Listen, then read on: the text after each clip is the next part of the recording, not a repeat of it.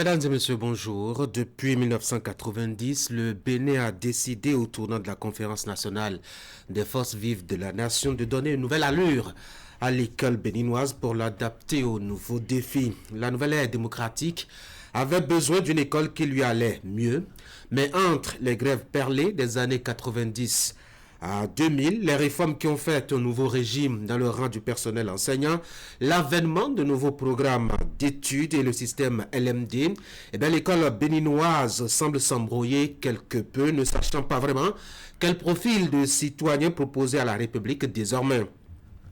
En dépit des résultats très flatteurs des examens de fin d'année dernièrement, les plaintes sont à peine étouffées sur le niveau chaque année en chute libre des apprenants et l'émergence de nouvelles générations incapables de nourrir des sentiments de proximité avec la nation, avec la République, le bien public, l'honnêteté ou autres valeurs similaires devenues vaines et inutiles. Faut-il vraiment désespérer de l'école béninoise ou faut-il en être fier? Quel parcours de l'école depuis 1990? Nous saisissons le prétexte de la célébration des 65 ans d'indépendance du Bénin pour en parler avec trois invités autour de ce plateau. D'abord, et à tout seigneur, tout honneur, professeur Jean-Claude Romano, psychopédagogue, ancien recteur de l'université de Porto Novo, formateur d'enseignants. Professeur Romano, bonjour, bienvenue. Bonjour, docteur Agoy. Merci beaucoup d'avoir accepté mon invitation. C'est un plaisir. Juste à votre gauche et à ma droite, par contre, le professeur Espedi Bokovu, ingénieur de formation et conseiller pédagogique. Monsieur Bokovu, bonjour. Bonjour. Merci beaucoup d'avoir accepté de participer à ces moments d'échange. C'est un plaisir. À ma gauche, professeur Kofi Juste Ressa, enseignant de lettres, surveillant général en service au niveau du collège d'enseignement général de Zobo. Zobo, c'est un quartier de Cotonou. Professeur Ressa, bonjour. Oui, bonjour. Merci beaucoup d'avoir accepté d'échanger un peu avec nous autour donc de ce sujet-là, sur le parcours de l'école depuis 1990. Alors, ça fait quand même, mettons quoi, 35 ans à peu près que nous avions connu la conférence nationale des forces vives de la nation. À votre avis, quels sont les grands moments que l'école a connus jusque-là, que ce soit positif ou négatif, Je vais commencer par le professeur Oumenou. Merci, docteur Agoy. C'est vrai, ça fait 35 ans depuis la conférence nationale, et un peu plus. Il faut dire que l'année 1990 a été une année charnière dans l'évolution de notre système éducatif, une année de transition entre la période de l'école nouvelle que nous avons connue de 1975 à 90. C'est notamment en octobre 90 que notre pays a organisé donc les états généraux de l'éducation, à l'issue desquels un train de réforme a été mis en marche pour donner lieu au milieu des années 1990, 94, 95 à l'adoption donc des nouveaux programmes d'études basés sur l'approche par compétences.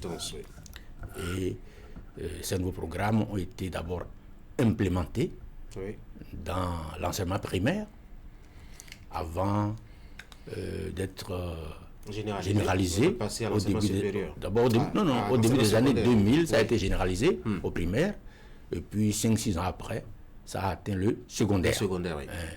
Et disons que c'est cette réforme qui continue de régir un peu l'enseignement dans le système éducatif. C'est ça qui vous aura marqué vraiment sur ces 30 dernières années là concernant l'école? C'est d'abord ça. Aujourd'hui, nous continuons de parler d'approche par compétence. Donc, on ne peut pas parler d'éducation au Bénin aujourd'hui, que ce soit au primaire, au secondaire général ou technique professionnelle, sans parler d'approche par compétence. Nous y sommes toujours, quoi. Même si entre 94, 95 et maintenant, il y a eu des réajustements, dès lors que les autorités du système éducatif ont constaté qu'il y avait encore pas mal de lacunes dans l'application donc de cette réforme de l'approche par compétence. CP Bokovu, qu'est-ce qui vous aura marqué ces 30 dernières années, 35 dernières années, quand on évoque l'école de votre pays? Disons, ce qui m'a marqué, c'est, disons, l'engouement,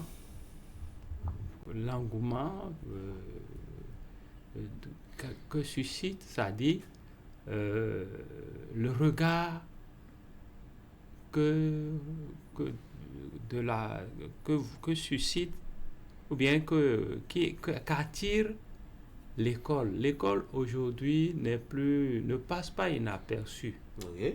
L'école ne passe pas inaperçue. C'est quoi, mauvaise image, belle non, image? pas du tout. Qu'est-ce que c'est? C'est pas une mauvaise Parce image. qu'on peut attirer négativement le regard. Oui, pas du tout.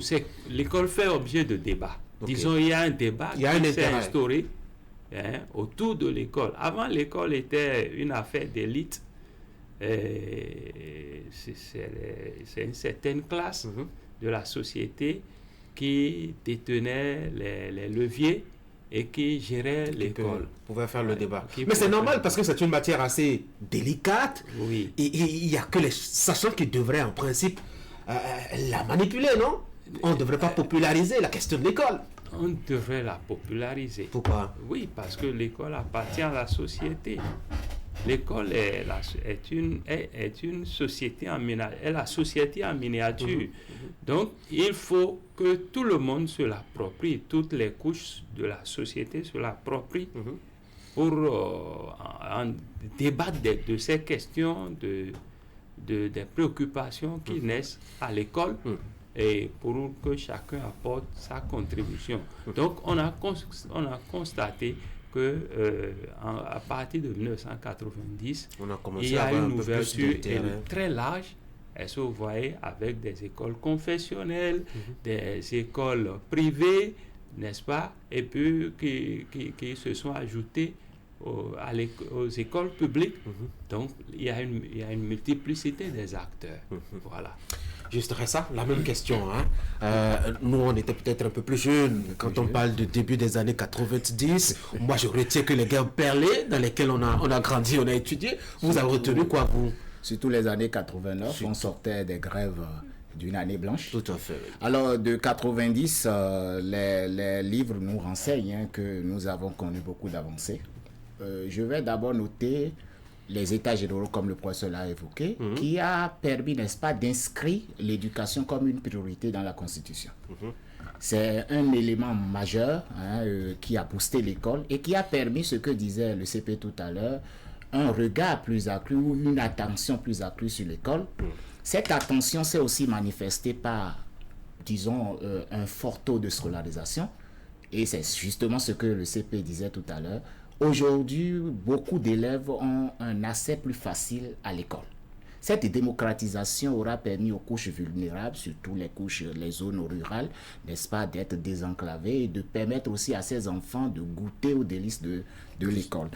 Alors, il faut aussi noter qu'en 90, moi j'ai noté que les spécialistes de cette période ont compris qu'il fallait maintenant faire une ouverture sur l'enseignement technique et professionnel. Ce qui a fait qu'en dehors de l'enseignement de base, de l'enseignement primaire qui était une priorité, la deuxième priorité désormais du gouvernement en 90 avec les états généraux, c'est qu'il faut maintenant que nous puissions aller à l'enseignement technique et professionnel. Nous devons aussi noter que le cadre législatif a été beaucoup renforcé depuis 1990. L'approche, les programmes d'études aussi ont connu des refontes et qui permettent aujourd'hui, avec l'approche par compétence, tout à l'heure nous allons évaluer ensemble cette approche pour voir si en 35 ans, ou plutôt en 25 ans, parce que de 2000 à aujourd'hui ça fait 25 ans, si cette approche-là permet de créer le type de citoyen que nous voulons pour l'école béninoise. Donc, en gros, l'école béninoise a connu des hauts et des bas depuis 1990, mais on note des réformes qui donnent espoir. Des réformes, justement, vous avez des espoirs. Nous, on continue de croire que, en tout cas, quand on écoute, je dois dire, les plaintes et le retour au niveau des parents, qu'on n'est pas véritablement satisfait, justement, du produit qu'on fabrique à la fin. Professeur Oumémou, on a bien l'impression, quand on vous écoute, que l'école a fait, en tout cas, quelque part en avant, mais que les plaintes continuent de se multiplier. Oui, docteur Agoy, vous avez d'abord chercher à connaître les grands moments. Les grands moments. Et c'est ce dont nous avons parlé. Oui. Maintenant, on va aller... Votre appréciation de ces grands moments. Voilà. Il faut dire que dans les années 90 jusqu'au début de 2000, notre système éducatif a subi un coup presque fatal à la suite des politiques d'ajustement structurel dans lesquelles notre pays s'est engagé, et politique qui a fait que, à partir justement de 1990-91, on a mis fin à la formation des enseignants dans les écoles normales d'instituteurs ou écoles normales intégrées et dans les écoles normales supérieures. De sorte que pendant plus de 10 ans, le Bénin n'a plus formé d'enseignants de profession. Alors que dans le même temps, notre démographie est galopante. Les enfants naissent, s'ils ont 5-6 ans, il faut les scolariser. Maintenant, si on les scolarise, il faut bien des maîtres, des professeurs pour les encadrer. Voilà qu'il n'y avait pas de maîtres et de professeurs en nombre suffisant pour encadrer donc cette forte demande d'éducation. À ce moment, qu'est-ce qu'on a fait? On a usé d'expédients. C'est-à-dire, on regardait autour, bon, tous ceux qui avaient un peu le BPC, on dit, bon, même si vous avez fait la 4e, vous pouvez aller enseigner au primaire, sans aucune formation. Au secondaire, avec le bac déjà, vous pouvez enseigner. Ça a causé beaucoup de dégâts à notre système éducatif.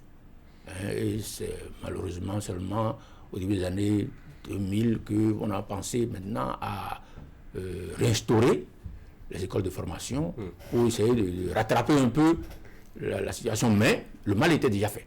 Donc les plaintes auxquelles vous faites allusion concernant le niveau des enfants, notamment en français... Il faut aller les chercher dans les années 80. Il y a eu ça. On a utilisé les enseignants communautaires, vraiment, qui n'avaient pas le profil requis pour encadrer correctement les enfants. Donc ça a créé beaucoup de dégâts. Juste ça. Parfaitement d'accord avec le professeur. Nous avons notre école aujourd'hui, si on doit parler, si on doit crever l'abcès, dans une léthargie, dans un état grabataire. Vous n'exagérez pas un peu. Vous étiez un peu plus optimiste tout à l'heure. En réalité, vous nous avez, comme le professeur l'a rappelé, vous avez dit les grands moments. Les grands moments. On ne peut pas, de 90 à nos jours, l'école béninoise a connu des grands moments, a connu des réformes. Et nous devons saluer ces réformes. Mais dans le fond, est-ce que cela touche la cible? Est-ce qu'aujourd'hui, les produits qui sortent de l'école sont des produits utilisables? Le professeur a rappelé tout à l'heure qu'on a utilisé des expédients en réalité. Des faux éducateurs. Bon, c'est un peu trop exagéré. C'est un peu trop. C'est des gens qui n'étaient pas véritablement indiqués pour faire le job. Préparés. Quand moi je suis sorti de l'université, ma première destination était d'enseigner. Et je ne prenais pour modèle que mes enseignants. Ce qui n'est pas en réalité pédagogique. Parce que l'école aussi, celui qui doit enseigner à l'école doit recevoir une formation. C'est comme l'apprenti maçon. Nous aussi, on doit aller à l'école, d'accord, pour être enseignant, pour avoir des diplômes nous permettant d'enseigner. Et on a traîné cet art pendant des années. Aujourd'hui, nous essayons, n'est-ce pas, de colmater les brèches. Mais disons, nous soyons sincères pour dire que dans le fond, aujourd'hui, notre école ne répond pas à nos besoins. Et vous allez voir, et nous allons toucher tout à l'heure les résultats de fin d'année, vous allez voir que les gens sont satisfaits, mais en réalité, les produits d'aujourd'hui, là, ils vont servir à quoi? Sur quel marché? Et vous allez voir que les intellectuels, les élites ont compris, et une fois que vous avez de bons produits, ils les sortent du Bénin pour les envoyer à l'extérieur, parce qu'ils savent que dans le fond, ce système-là ne forme pas de bons éléments. Bon, nous sommes, excusez-moi, ce n'est pas un aveu d'échec, mais nous sommes un échec du système éducatif. Parce que un système éducatif qui ne génère que des enseignants. Aujourd'hui, la plupart de ceux qui sortent de l'université n'ont pour destination que l'école. Mais si l'école en a besoin, c'est pas un mal. Si l'école en a besoin, les autres secteurs, est-ce que c'est seulement, d'accord, dans l'école qu'il faut envoyer les produits de l'université? Des produits encore, comme l'a rappelé le professeur, qui ne sont pas des produits faits pour l'enseignement. On a fait des filières à l'université, mais cela ne nous prédispose pas à être de bons enseignants. Et nous allons tout à l'heure, et je suis heureux que le psychopédagogue soit là, nous allons toucher aujourd'hui la pédagogie. La pédagogie même des réformes, nous allons y revenir. Nous allons y revenir, oui. C'est Péboko, vous? On a eu ces grands moments. Après, quand vous voyez un peu le parcours et puis là où nous en sommes, est-ce que cela répondait aux attentes projetées dès le départ? Cela ne répond peut-être pas exactement à ce qui a été attendu. Bon, ce n'est pas... en fait, ça va dans l'ordre normal des choses, dans des réformes. Souvent, on a des ambitions au départ, on a des ambitions, on fait des projections, mais en cours de route, il y a des aléas qui apparaissent. Mais globalement, moi, je suis plutôt satisfait. Ah oui? Oui, je suis plutôt satisfait parce que nous avons fait des pas en avant. Nous avons progressé. Nous avons progressé. Il ne faut pas se leurrer. Les crises que nous avons actuelles, ce n'est pas des crises qui sont spécifiques au Bénin. Le Bénin, comme beaucoup de pays en Afrique subsaharienne, traverse une crise d'apprentissage. La crise des apprentissages affecte plusieurs pays de la zone de l'Afrique subsaharienne. Et c'est symptomatique, cette crise est symptomatique des facteurs économiques et de beaucoup d'autres facteurs qui ne dépendent pas toujours uniquement des décideurs. C'est pourquoi il disait tantôt que l'école est devenue le produit de la société. Voyez-vous, aujourd'hui, les acteurs privés sont très présents. Vous ne pouvez pas faire le débat de l'école sans eux. Forcément. Vous ne pouvez pas non plus faire le débat de l'école aujourd'hui sans les parents d'élèves. Hein? Voyez-vous, sans les syndicalistes, les partenaires sociaux. Donc, il y a plusieurs acteurs qui se penchent sur la question, mais il faut avouer que globalement, nous traversons depuis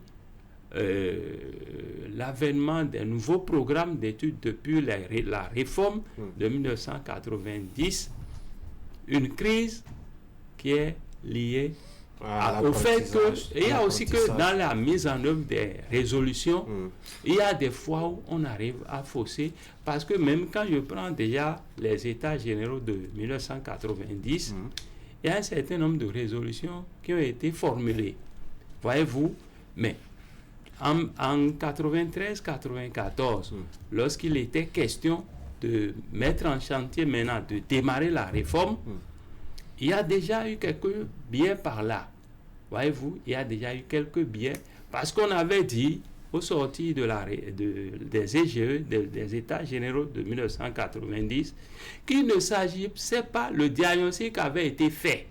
Et il y a un document même qui avait été produit par, je crois, un groupe d'experts béninois.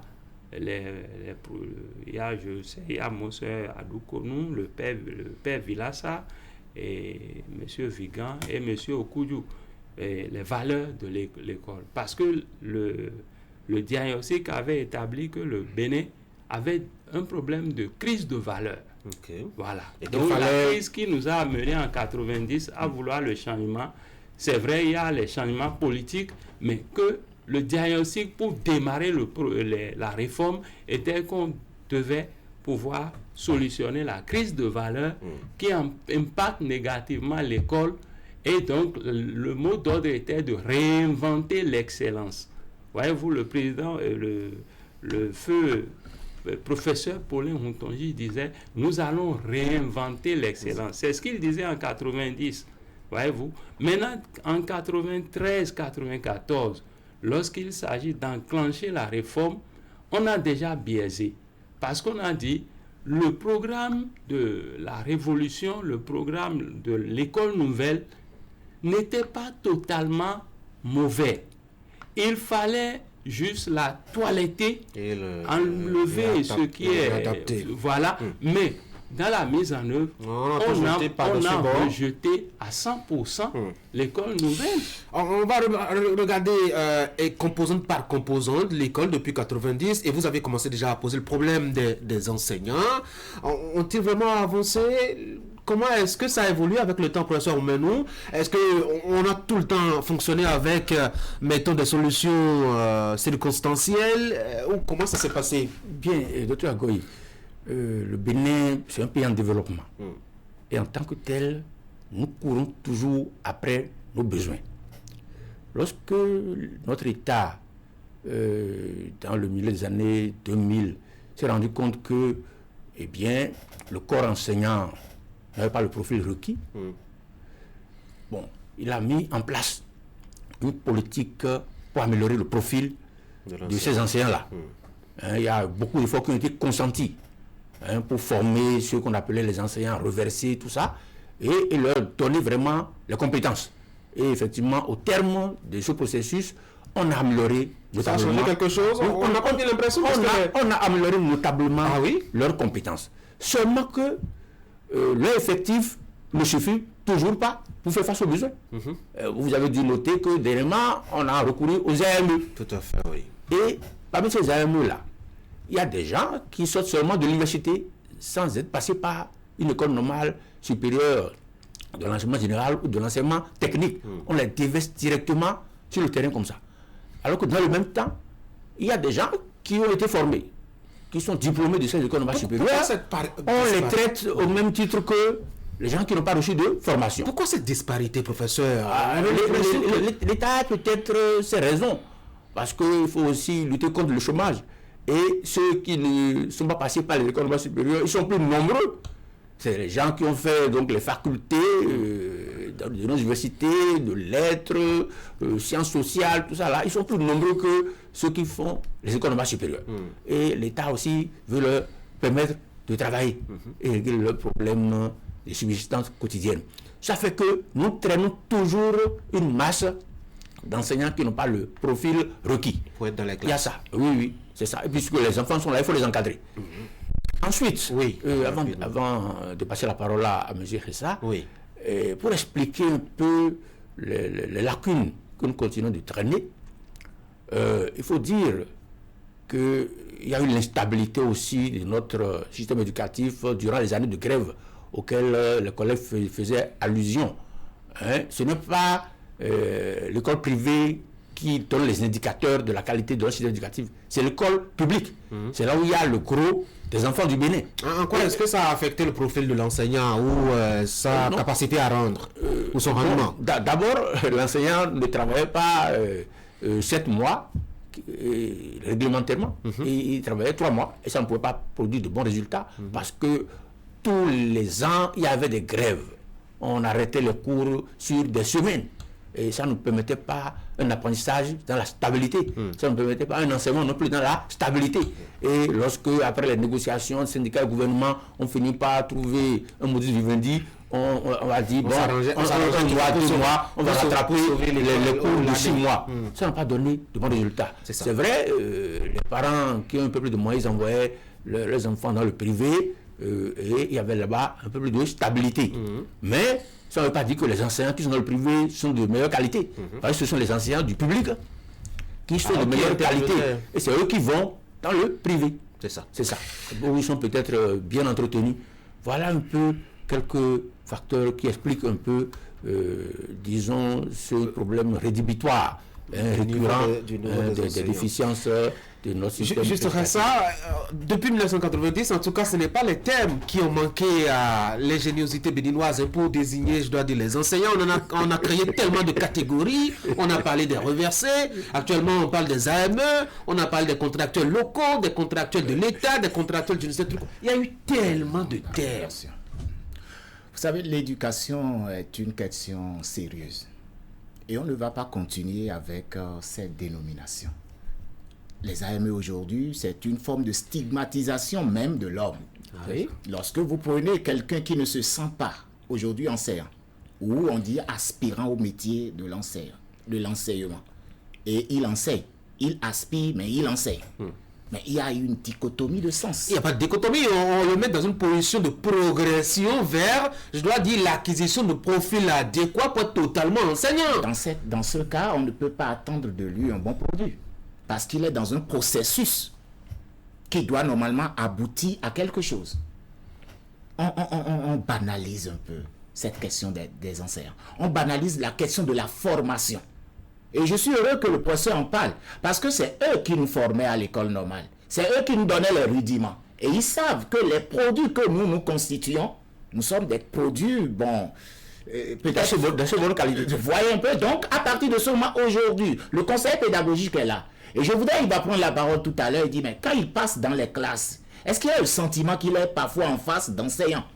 Parce que des gens qui ne connaissent pas pourquoi ils sont là. Mais ils sont juste là parce qu'il faut joindre les deux bouts. Vous exagérez un peu. Ils sont spécialistes de matière. J'ai dit avant, j'ai posé un savoir pourquoi est-ce qu'ils sont en face des élèves. J'ai posé un postulat de départ. J'ai dit que l'éducation est une question sérieuse. On ne peut pas aller avec des à peu près. Et regardons-nous en face et disons que la façon dont cela se passe aujourd'hui, que ce n'est pas bon. Oui, mais en quoi est-ce que ces appellations perturbaient la qualité de l'enseignant? Qu'on soit contractuel de l'État, AME, contractuel local, ça n'empêche pas qu'on soit bon enseignant. Je vais vous raconter une petite histoire. Dites-moi. On était à une formation, ça devait être à Calavi, où on avait offert un déjeuner aux enseignants. Et on a catégorisé. Sérieusement? On a catégorisé, on a fait sortir de la salle. Nous qui en ce moment on était des communautés, on était dans des enseignants locaux, on a sorti des salles pour dire non, que ce sont les permanents qui sont appelés à ce déjeuner. Vous pensez qu'il y a une frustration. Et cette frustration, beaucoup d'enseignants drainent ça et répercutent ça sur leur enseignement. C'est de la mauvaise foi, ça. Parce Ce n'est pas de la mauvaise foi, oui. C'est humain. Ah oui? Ah oui, c'est humain. C'est humain. Le psychologue est là, il va vous le dire, c'est humain. Parce que lorsque vous n'avez pas le sentiment d'être en sécurité dans ce que vous faites, d'être estimé, ça aussi, ça fait partie des valeurs du travail. Hein. Si vous n'êtes pas en sécurité, si vous ne vous sentez pas que ce que vous faites est considéré sérieux, à partir de ce moment-là, vous ne donnez pas le meilleur de vous-même. Ce n'est pas aussi un crédit que je dois leur donner pour qu'ils puissent saquer les enfants. Parce que si tu as choisi de le faire, et c'est que tu dois le faire, eh bien, on doit cesser de considérer l'enseignement comme un tremplin. Et envoyer vers les enfants ceux-là qui veulent réellement enseigner. Bon, je fais aussi mon autocritique parce que je suis enseignant, c'est pour dire que ce n'est pas toujours la qualité. On n'a pas vraiment l'impression que les gens ils ont la vocation à CP Bukavu quand on les voit. Parfois, on a l'impression que c'est une charge, c'est une corvée qu'ils exécutent. Et là, je voudrais vous accuser. Quand je dis vous, c'est les formateurs notamment. Comment est-ce que vous arrivez justement à être conseiller pédagogique, à accompagner? Comment est-ce que vous arrivez à être psychopédagogue, formateur? Pourquoi on est à la fin dans des salles de classe des enseignants qui n'ont pas du tout envie d'être en contact avec les enfants? Bon, c'est un phénomène un peu complexe. Mais il faut dire que il y a la mauvaise conscience aussi chez beaucoup d'enseignants.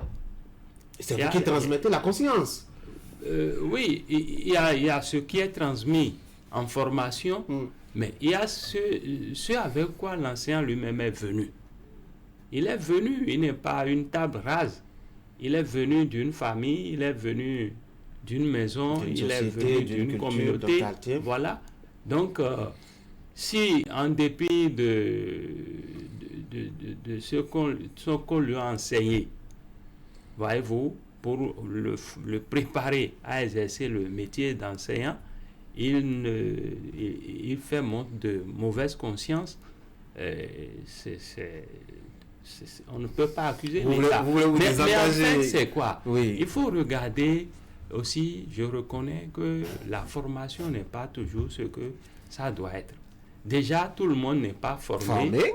Et c'est une lacune notoire, parce que l'école n'est pas un marché où il faut mettre n'importe qui dans une classe devant les enfants. C'est une catastrophe. Tout à fait. C'est une catastrophe. Moi, quand je regarde mon parcours, là où j'ai vraiment été massacré dans mon parcours, c'est quand j'ai eu des professeurs stagiaires, voyez-vous, des instituteurs stagiaires comme enseignant. Parce que un instituteur stagiaire est fait pour être accompagné. Il est fait pour rester sous la tutelle d'un titulaire, pour apprendre le métier. On ne remet pas une classe à un stagiaire. C'est une catastrophe. Mais donc, le défaut de personnel. oui, défaut de personnel. Donc, on le fait comme palliatif, comme un moyen pour combler, pour colmater les brèches. Mais ça a des conséquences extrêmement catastrophiques. Voyez-vous? Donc, il faut former. Et déjà, les dispositifs de formation sont à questionner aussi. Ah oui? Oui, les dispositifs sont à questionner parce qu'il y a des enseignants qui sortent. Il y a de beaux cadres à Porto-Novo, à Boumé. C'est très intéressant. Oui, mais il y a le cadre physique qui est peut-être intéressant, mais le contenu qu'on transmet et comment on le transmet, il y a aussi cet aspect. La formation des formateurs, c'est très important. Comment on forme les formateurs? Voyez-vous? Donc, il y a tout un ensemble il y a beaucoup de choses à la fois. Voilà. Professeur, je vais vous soumettre aussi la même question. C'est vous qui formez les enseignants que nous rencontrons dans nos salles de classe. Vous n'allez pas dégager totalement votre responsabilité quant à leur profil et leur engagement, leur amour pour le métier qu'ils exercent. D'abord, moi, je connais bien le cas des écoles normales supérieures. Je sais que le travail qui se fait dans ces écoles, c'est un travail de grande qualité. Formidable. Et on a le personnel qu'il faut. Et nos produits sur le terrain, ils se démarquent. Ce sont des écoles d'élite. Alors je parle, il y a beaucoup de diplômés de l'école normale supérieure qui sont en Europe, dans de grandes écoles. Ah oui? Parce que leurs dossiers ont été acceptés par ces écoles-là du fait de l'excellence de leur parcours. Vous voyez. Oui. Seulement que les écoles normales ne peuvent pas accueillir beaucoup de gens. L'État même, là, chaque année, n'envoie que 100 bacheliers, par exemple à l'école normale supérieure de Porto-Novo, peut-être 90 à Natitengu, où on forme les professeurs de sciences, une cinquantaine à Logosa, où on forme les professeurs de l'enseignement technique. Ce n'est pas forcément suffisant. Mais c'est ce que nous pouvons aujourd'hui. Vous voyez.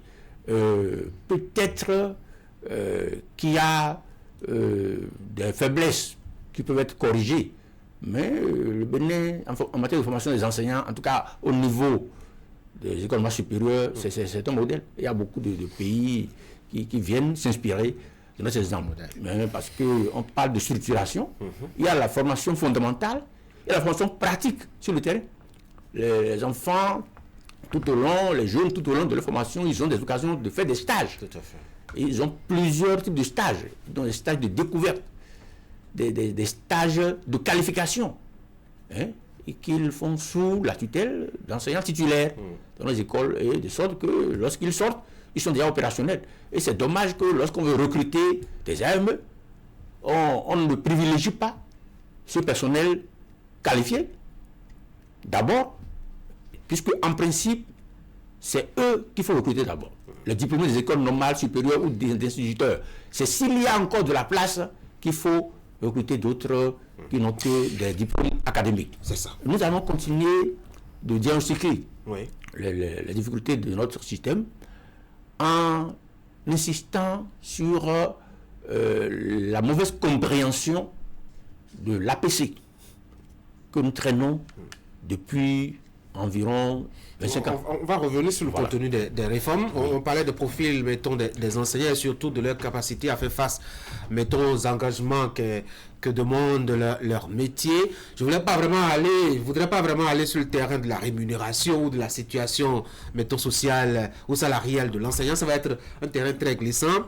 Encore que toutes les couches socio-professionnelles du Bénin se plaignent, je dois dire, leur traitement salarial. Mais alors, au-delà de ça, on a eu comme quelques réformes. Vous avez commencé déjà à parler de l'approche par compétence. Je voudrais d'abord qu'on regarde le cadre légal, avec justement ce que fait la Constitution qui exige de l'État d'en faire une priorité. Je parle de l'éducation. Est-ce que vous avez le sentiment vraiment, quand vous voyez de 90 à aujourd'hui, que l'État a fait de l'éducation vraiment sa priorité? Est-ce qu'il ne pense pas beaucoup plus à autre chose qu'à ces enfants qui doivent apprendre quelque chose dans une classe? Je vais répondre franchement. Dites-moi. Moi, j'ai le sentiment, en tant qu'acteur du système, que l'école n'est pas une grande priorité. Mais quand même une priorité. Une priorité, mais ce n'est pas Une grande priorité. D'accord. Alors, de telle sorte que on se demande à des moments donnés, d'abord, prenez l'école de façon générale, le cadre infrastructure. L'école n'a pas d'infrastructure, parce que c'est le premier élément déterminant au but de définition de l'école, l'infrastructure d'accueil, les locaux. Aujourd'hui, moi, je suis dans un grand collège de Cotonou. Je ne peux pas vous dire les difficultés que nous avons de caser 60 groupes Oui, pédagogiques. mais n'oubliez pas, nous sommes un pays en voie de développement. En développement. En développement, pour faire un peu dans l'euphémisme. Oui. Et Alors, on a fermons les tout, écoles. on a tout comme priorité. La santé, l'agriculture, l'économie, tout presque. La sécurité, la sécurité. la défense nationale. Je renvoie le professeur à la Constitution. Oui, ça c'est la Pour dire que le droit à l'éducation est inscrit dans la Constitution comme la première priorité de l'État. La santé, vous avez évoqué la santé, l'infrastructure. La sécurité. Aujourd'hui, on mesure le développement par les infrastructures, par le béton, le jardin, route, etc., etc. Mais l'homme capable. Tout à l'heure, nous allons interroger les programmes. Oui. Parce que nous sommes dans les problèmes. Nous allons interroger les programmes. Vous savez, moi j'ai pitié même des gouvernants. Parce qu'ils font tellement d'efforts, mais ces efforts sont insignifiants tout simplement parce que les hommes sortis des écoles, capables, n'est-ce pas, de continuer cette œuvre, de répertorier en réalité le programme d'action du gouvernement, ces hommes-là n'existent pas. Aujourd'hui, vous allez interroger notre école. Quel est le profil d'homme que l'école crée et qui permet, n'est-ce pas, d'accompagner les politiques des gouvernants? C'est la réforme qui va répondre de ça. Alors, dans ces conditions, lorsque le programme... On continue, professeur, par, et vous le savez, par enseigner des programmes qui n'ont plus une utilité contemporaine. Comment ça? Est-ce qu'il y a des vérités scientifiques qui sont dépassées? Vous avez parlé des vérités scientifiques. Oui. Vous avez parlé des vérités scientifiques, mais vous n'avez pas parlé des besoins. Parce que la science aussi évolue. Est-ce que notre école aujourd'hui... J'ai fait une petite enquête. Ok. Vous savez que dans nos lycées, on continue par enseigner les moteurs à 4 temps. Alors que le monde contemporain aujourd'hui, nous sommes déjà dans des moteurs, et vous connaissez, des moteurs électroniques. Mais comment on peut vivre on peut être dans le passé, alors que le monde, l'instant présent, nous appelle à d'autres Peut-être qu'on ne peut pas extrapoler parce que l'humanité a évolué avec un itinéraire et qu'il faut aller étape par étape. Si on est passé par les moteurs à 4 temps, pourquoi ne pas commencer déjà par apprendre ce que Pourquoi c'est? le professeur alors a escamoté le temps pour avoir peut-être un véhicule électronique? Est-ce que vous avez le sentiment que véritablement l'école a été placée au cœur des politiques publiques comme une priorité? Oui, absolument. Comment? Absolument, oui. Soyons... l'école est vraiment une priorité. Qu'est-ce qu'on a Moi, fait? j'ai touché un peu à la planification de l'éducation. J'ai travaillé au secrétariat technique du secteur de l'éducation. C'est notre équipe qui a sorti le plan sectoriel qui est en cours d'exécution. C'est ça. Voyez-vous, donc l'État met suffisamment d'attention sur l'école. Il faut le reconnaître. Mais ce n'est pas que l'État, c'est les partenaires techniques et financiers aussi. Voyez-vous, qui sont venus en aide au système éducatif, au Bénin en général, système éducatif. Il y a la part du budget que l'État, que le système éducatif consomme, c'est quand même important. C'est important. Voyez-vous, peut-être le grand nombre des besoins fait que ça se dilue. On ne voit pas cet effort-là. Quel est le pourcentage de l'investissement de l'État quand oui. on prend un budget général de l'État de façon annuelle? Il faut quand même qu'on soit à une hauteur qui montre clairement, si on ne consacre pas la moitié par exemple du budget. Je vais vous dire, au niveau de l'Afrique de l'Ouest, au niveau de l'UEMOA, je pense que le Bénin fait partie des pays en tête de points en matière de pourcentage de budget consacré à l'éducation. C'est ça. Oui, le Bénin a fait un effort. On a discuté avec les PTF. Voyez-vous, on a eu des échanges, on a fait beaucoup de revues ensemble. c'est vrai, on en demande toujours, voyez-vous, mais le Bénin est un pays aussi qui a des ressources limitées et il y a plusieurs priorités. Mais l'école a été au cœur des soucis. Est toujours au cœur, oui, est au cœur des soucis de l'État. Voilà, pas seulement de l'État, mais de Professeur Oumenou, pourquoi on ne peut pas consacrer 50% du budget de l'État à l'école pour régler une fois pour toutes, je dois dire, les questions liées à l'école? Non, vous savez, nous sommes dans ce monde où les besoins se manifestent de manière parallèle. Il n'y a pas que les besoins éducatifs. Il y a les besoins de santé, les besoins de sécurité, les besoins de défense nationale, les besoins infrastructurels. Et un État doit faire face à tout cela. Je suis d'accord avec le collègue lorsqu'il dit que, l'éducation demeure une priorité. Au sortir de la conférence nationale, lorsque le président Kérékou devait accepter les résolutions, il a utilisé une formule. Il dit les résolutions de la conférence seront mises en œuvre de façon réaliste. Même si la Constitution a consacré la priorité de l'éducation, c'est de manière réaliste que l'État peut mettre en œuvre cette disposition. L'État béninois consacre beaucoup de ressources à l'éducation. Que ce soit l'enseignement primaire et l'enseignement secondaire général. Et aujourd'hui, l'enseignement technique, la formation professionnelle qui est une sorte de priorité aussi. Et Dieu sait que l'enseignement technique coûte cher. C'est pas facile d'équiper les lycées techniques. Il faut sortir des milliards. C'est pour ça que nous n'avons pas beaucoup de lycées techniques d'ailleurs. Peut-être aujourd'hui, on en a une trentaine dans tout le pays. En construction. Ce qui existe aujourd'hui, quoi. Peut-être une trentaine. Bon, on envisage d'en construire une trentaine encore. Mais ça coûte énormément cher. Ça coûte cher et il faut reconnaître l'effort. Vous savez que la majorité des fonctionnaires du Bénin, ce sont les enseignants. Et il faut les payer, il faut payer tous les instituteurs. Ce sont des dizaines de milliers de personnes. Il faut payer tous les professeurs du secondaire. Ce sont des dizaines de milliers aussi. Et les professeurs d'université. Non.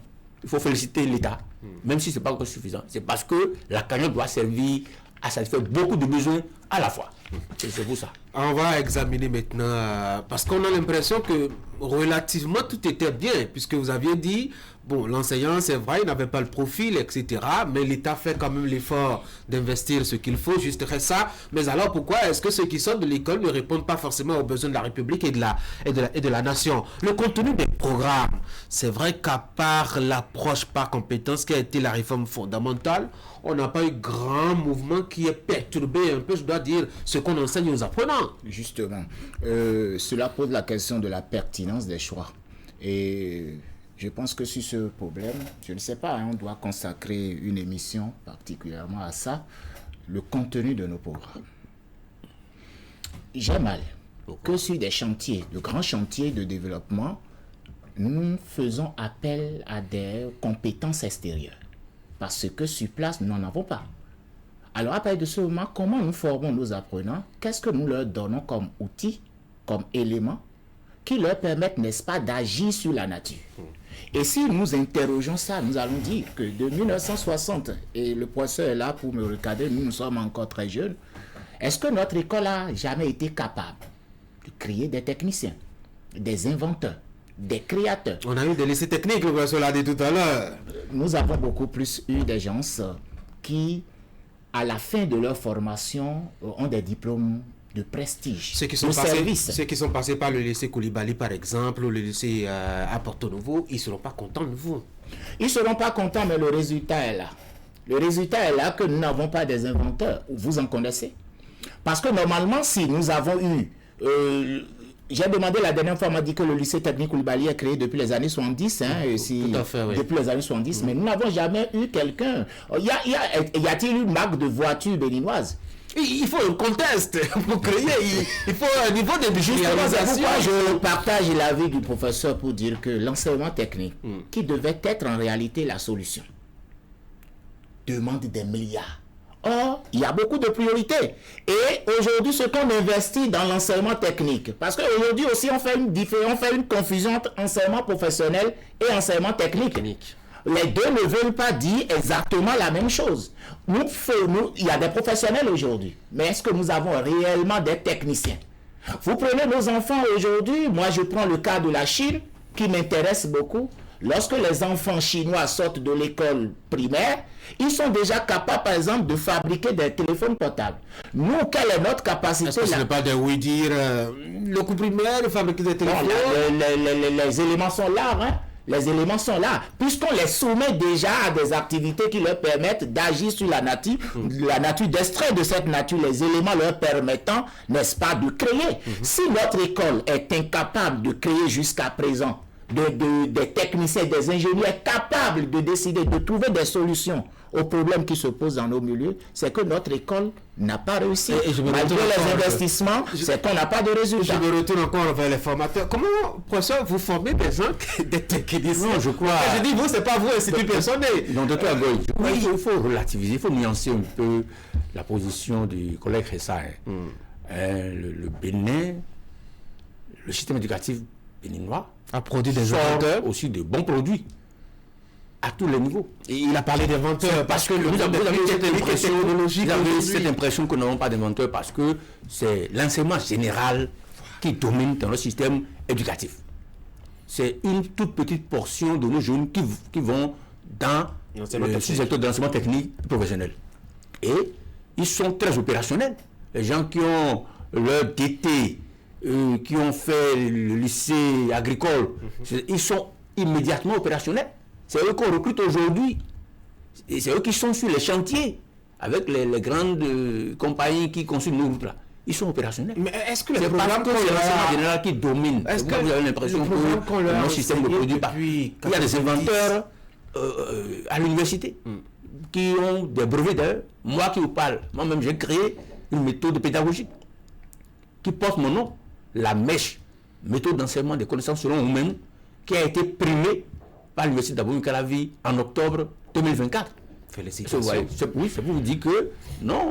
Oui, mais ça a besoin. C'est parce que ça a besoin de gens qui créent des choses pratiques, technologiques. Ils ne sont pas majoritaires. Parce que notre ils sont peut-être 30%, hein, ou 40%. Vous voudrez que ça atteigne 60%, tout ça là. Hein. Il y a à peine 10 ans, la Chine même, dont on vend les mérites, mais son système éducatif est encore majoritairement de l'enseignement général, plus de 55%. Mais ça, avec 45% de techniques professionnelles, ils ont pu décoller. C'est quand même quelque chose déjà. Peut-être bon, on est encore à 15% pour le technique. On va progresser. Parlez-moi des contenus des programmes. On va progresser au-delà de la technique. Même si on atteint 30% de technique, le président Talon, il rêvait qu'on va faire la majorité du technique. Si on atteint 30% déjà, on va améliorer effectivement l'efficacité de notre économie. Maintenant, un problème qui a plombé les efforts, les investissements du gouvernement dans l'éducation, c'est la mauvaise compréhension que nous avons eue de l'approche par compétence. Qu'est-ce qui s'est passé? Jusqu'à aujourd'hui, les gens ne comprennent pas ce que c'est que l'approche par compétence. Quelle est cette philosophie-là? On a pensé que c'était juste une méthode d'enseignement qui a été traduite dans les classes par la formule consacrée, travail individuel, travail en groupe, travail en plénière. Ce n'est pas ça l'approche par compétence. Lorsque vous parlez de l'approche par compétence, vous désignez une manière d'élaborer le programme d'enseignement et de formation qui définit donc les objectifs d'apprentissage en termes de compétences. Ce n'est pas la méthode d'enseignement. Donc il y a le programme définit à quelle fin on doit enseigner, quelles sont les compétences qu'on doit développer, avec les habiletés et les connaissances associées, et quels sont les contenus des programmes. Maintenant, une autre chose est de pouvoir identifier quelles sont les méthodes d'enseignement, de formation qu'on va utiliser dans différents domaines pour pouvoir atteindre les objectifs d'apprentissage, pour que les apprenants acquièrent effectivement les compétences qui ont été déterminées dans les programmes. Malheureusement, on n'a pas compris ça au Bénin. Et la conséquence, c'est quoi? La conséquence, ce sont des formules pédagogiques complètement inadéquates qu'on utilise. C'est comme si on dit, bon, pour aller d'un point à un autre, forcément, vous devez partir en voiture. Ce n'est pas vrai. Si vous voulez partir de Calavi à Ganvier, vous ne pouvez pas aller en voiture. Vous voyez, ça dépend du terrain. Les militaires sont intelligents, ils disent que c'est le terrain qui commande. En pédagogie aussi, c'est ça. On ne peut pas enseigner n'importe quoi, atteindre n'importe quel objectif avec n'importe quelle méthode pédagogique ou bien avec la même formule partout. Le même discours. Quand on veut enseigner le matière de renseignement technique, par exemple, ou bien l'anglais ou le français chez vous, monsieur, on va utiliser la même formule. Ce n'est pas possible. C'est pas possible. C'est vraiment cette lacune-là que nous traînons et qui peut expliquer un peu les défaillances CP dans le système éducatif. Oui. Il faut donc rectifier notre conception, notre approche, l'approche par compétence. On parlait Ça va améliorer les choses. de contenu des programmes. On l'a tout le temps incriminé. Hein? Il y a même une confédération syndicale qui a exigé, je dois dire, le retrait de ce programme-là de l'école béninoise. L'approche par compétence, bien évidemment. L'État a résisté, les partenaires techniques et financiers l'ont imposé. Il faut dire les choses telles qu'elles sont. Véritablement, au-delà de cette réforme-là, est-ce que vous avez l'impression que ce qu'on enseigne aux enfants répond à l'actualité, je dois dire, du monde et du Bénin? Peut-être cela ne répond pas à 100%, mais quand même, globalement, je dirais, c'est satisfaisant. Ah oui. On est à un niveau satisfaisant. Vous allez contredire professeur Romenou, hein? Non, mais Lui qui dit enseignement général. Il ne me contredit pas. Il dit qu'il y a enseignement général. Des programmes, il ne me contredit pas. Lui dit enseignement général, on est largement dominé, justement, là-dessus, alors que tout le monde, aujourd'hui, il est technologique. Oui, comment est-ce que ça peut être satisfaisant? Il faut toujours prendre le temps de faire les choses et de les faire bien. Sinon, si l'on se précipite tout de suite pour aller vers l'enseignement technique et la formation professionnelle, sans mettre les balises qu'il faut, sans préparer tout l'arsenal qui doit l'accompagner, on peut y aller aussi et former des gens qui vont sortir et on va continuer par déplorer. Alors donc, il faut prendre le temps de faire les choses. C'est pourquoi, dans la planification qui est faite, il y a qu'on va aller de façon progressive. Voyez-vous, l'État a déjà annoncé la création de 30 lycées techniques. Ce n'est pas une mince affaire, c'est important. Mais c'est un pas important. La promesse est là. Donc nous attendons sa réalisation. Le contenu des programmes, on en débattra toujours. Parce qu'on n'est jamais, dans aucun pays, on n'est jamais totalement satisfait par rapport au contenu des programmes. Il y a quelques mois, ou bien l'année, je crois, c'était en 2024,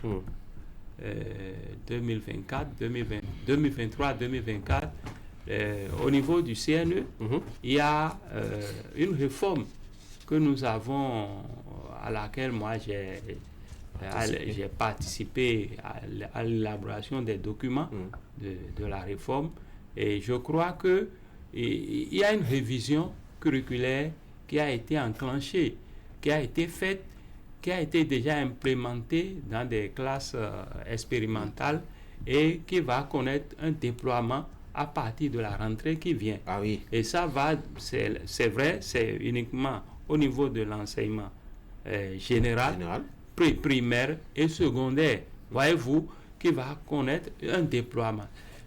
Est-ce que ça va changer dans le fond? On espère que ça va changer. C'est toujours comme ça. C'est-à-dire que pour ce qui concerne le curriculum, il faut faire des révisions régulières. Des réajustements. Et c'est justement cela qui a amené, voyez-vous, depuis 90, on a connu plusieurs séries de réajustements. Parce que quand au cours, ça y est, l'exécution montre qu'il y a des failles, on s'arrête. Il faut toujours réfléchir. Mais est-ce que c'est parce qu'il faut réajuster qu'on a désormais quelques notions un peu difficiles, en tout cas dans le milieu culturel, qui sont introduites dans l'éducation. Vous avez suivi certainement le grand débat autour de l'homosexualité ou autre qu'on a pu quand même mettre au contact de petits enfants, par exemple. Oui, il y a qu'il faut aussi savoir cadrer ce que l'on propose, voyez-vous. Mais il y a de l'autre côté la pression de ceux qui ont ceux qui amènent les ressources. Voyez-vous. Donc notre école ne nous appartient pas alors. Elle nous appartient. Ah oui? Oui, elle nous appartient, mais pour la faire fonctionner, nous avons besoin des aides, des PTF. Oui. Voilà. Donc, quand ils viennent avec une philosophie donnée, c'est que vous acceptez, on vous donne les sous, ou vous refusez, nous retirons nos sous. Carrément. Voyez-vous? C'est un chantage, à la limite. On peut le faire, mais il faut l'envelopper aussi sous une forme de sorte que ça ne crève pas l'œil, ça ne touche pas la sensibilité des enfants. Voyez-vous, les questions là, je pense que il faut savoir à quel niveau les introduire. Sincèrement. Et la façon dont il faut les introduire aussi. Il ne faut pas faire, en tout cas de notre école, un petit laboratoire à ciel ouvert où on va J'adore particulièrement la pédagogie des réponses données par mes aînés. Ils sont très diplomates. En fait, quand j'ai été acteur de beaucoup de réformes de l'éducation. Vous comprenez un peu le fond. Oui, j'ai participé à beaucoup de réflexions. J'ai contribué à beaucoup de réflexions, si bien que les documents, on a élaboré beaucoup de documents de politique éducative. Juste ça. Donc, je voudrais... Tout n'est pas mauvais. Le professeur m'a pris en réalité une idée. On ne peut pas introduire des contenus de formation sans tenir compte des besoins du milieu. Ce qu'il faut enseigner à Cotonou, c'est pas ça qu'il faut enseigner peut-être à Banikwara, où les besoins ne sont pas les mêmes. L'enfant de Banikwara a besoin d'une autre adaptation à sa société. Mais quand il aura fini l'école de Banikwara, il doit servir tout le Bénin. Il doit servir tout le Bénin, mais c'est une question d'abord de secteur. S'il n'a pas la chance de venir au Bénin, et s'il reste à Banikwara, il faut nécessairement d'abord que l'on puisse intégrer l'enfant par sa formation dans son milieu. Si l'enfant n'est pas intégré dans son milieu, nous aurons toujours ces problèmes. Moi, j'ai eu la chance, je découvre beaucoup le Bénin. Et vous allez comprendre que je prends une région au hasard, je prends ce club ou Minifi au hasard, mais là-bas, c'est le soja. Mais est-ce qu'il y a une école là-bas qui leur permet une transformation sur place du soja, qui permet aux enfants qui sont formés dans ce milieu de réfléchir au soja? Alors, si nous allons continuer par ces curricula, soyons sincères pour nous dire qu'aujourd'hui, nos curricula de formation sont en déphasage avec les besoins du milieu. Si on ne l'accepte pas, et qu'on continue, n'est-ce pas, par dire que bon, pas cajoler, pas caresser les décideurs. On ne cajole pas, on essaie de voir quand même. Non, juste. C'est bon, on parlait tout à l'heure de la pédagogie de leurs réponses. Moi, je ne suis pas pédagogue, moi je vais de façon, pour qu'ils puissent me recadrer, c'est eux, nos aînés, ils vont nous dire, bon, on ne dit pas ça, on ne dit pas ceci, mais de façon claire, moi je suis persuadé que si on ne crève pas les abcès, si on ne nous dit pas des vérités, surtout concernant les contenus de nos formations, professeurs, nous allons continuer parce que ça devient une ritournelle. L'année prochaine, vous allez peut-être, à la veille des indépendances, organiser encore... J'espère que vous serez disponible. Professeur Roumenou, est-ce que vous pensez vraiment que son idée est pertinente? C'est-à-dire avoir des écoles avec des programmes, avec des spécificités liées aux régions dans lesquelles on les enseigne? Bon, je ne suis pas tout à fait d'accord avec cette façon de voir. Notre école, c'est l'école républicaine, c'est l'école de la République. Nous formons nos enfants pour la République. Qu'ils soient de Banikwara, d'Agoué ou de Kéton. Ce sont des citoyens béninois qu'on veut mettre dans les mêmes conditions. Lorsque vous organisez le BPC, M. Heza, et que vous proposez l'épreuve de communication écrite, est-ce que vous tenez compte de Banikwara, de Kéton ou bien d'Agoué? J'ai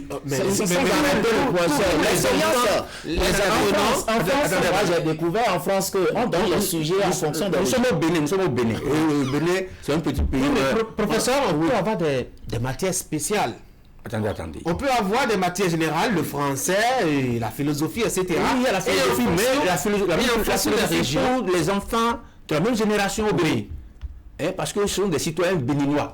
On ne forme pas des citoyens de Banikwara ou de Kéton, des citoyens béninois qui peuvent devenir après professeur comme vous, être envoyés à Sokobo, à Banikwara, le temps. Je suis d'accord sur un point.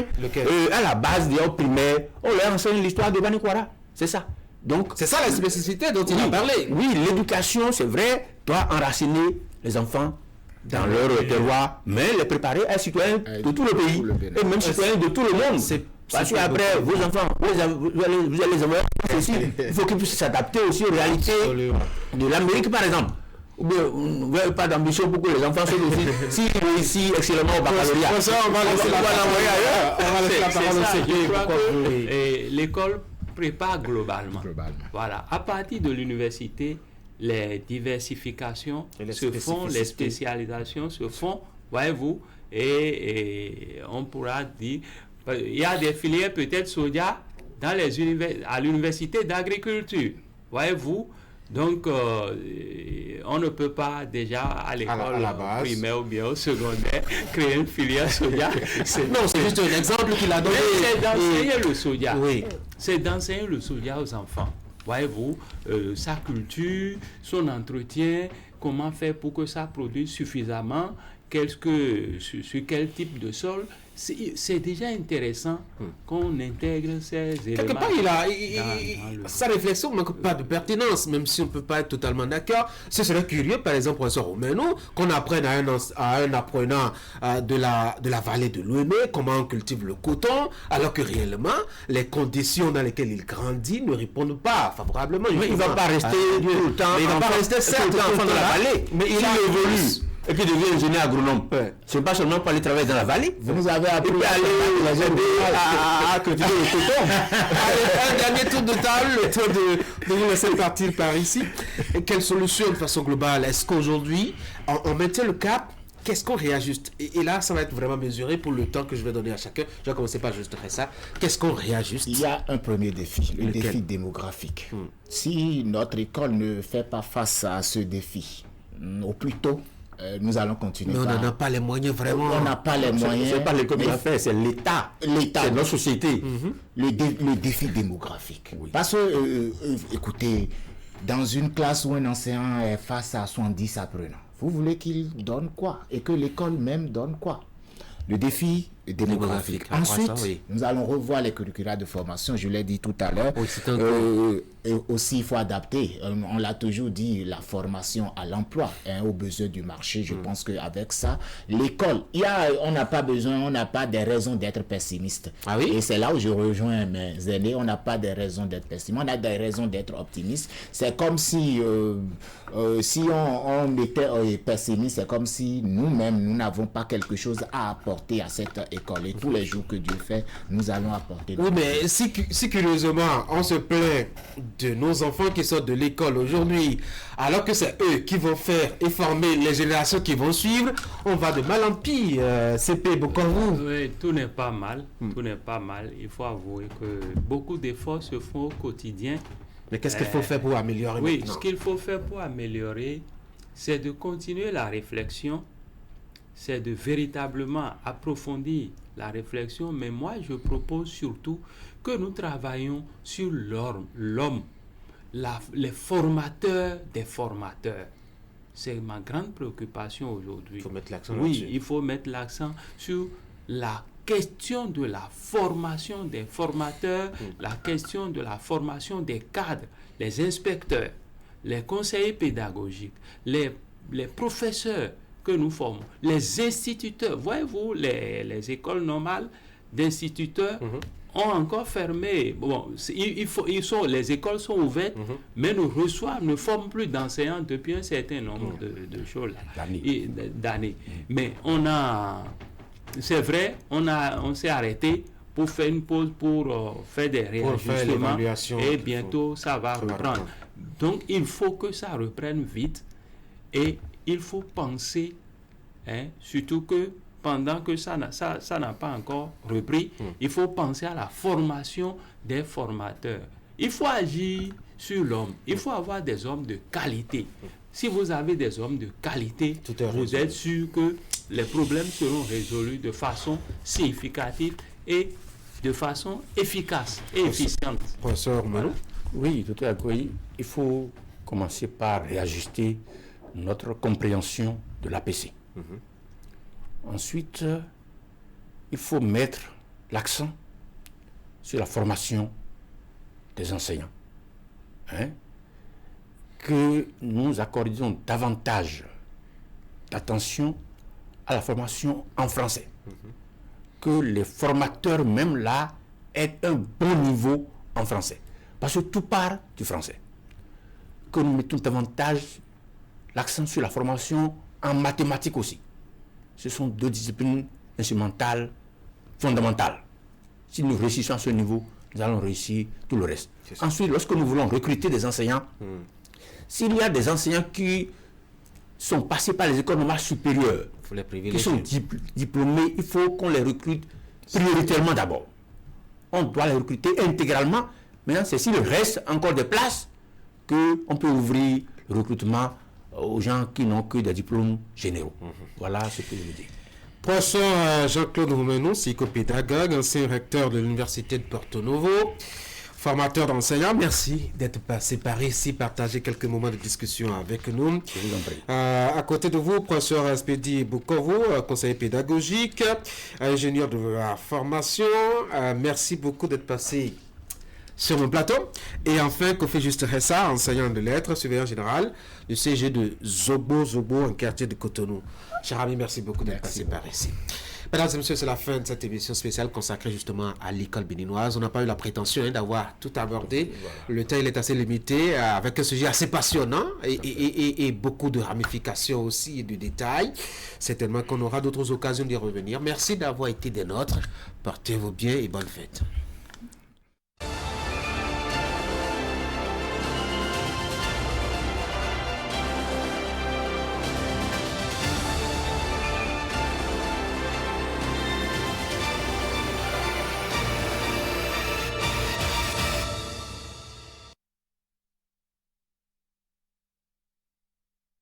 Bénin.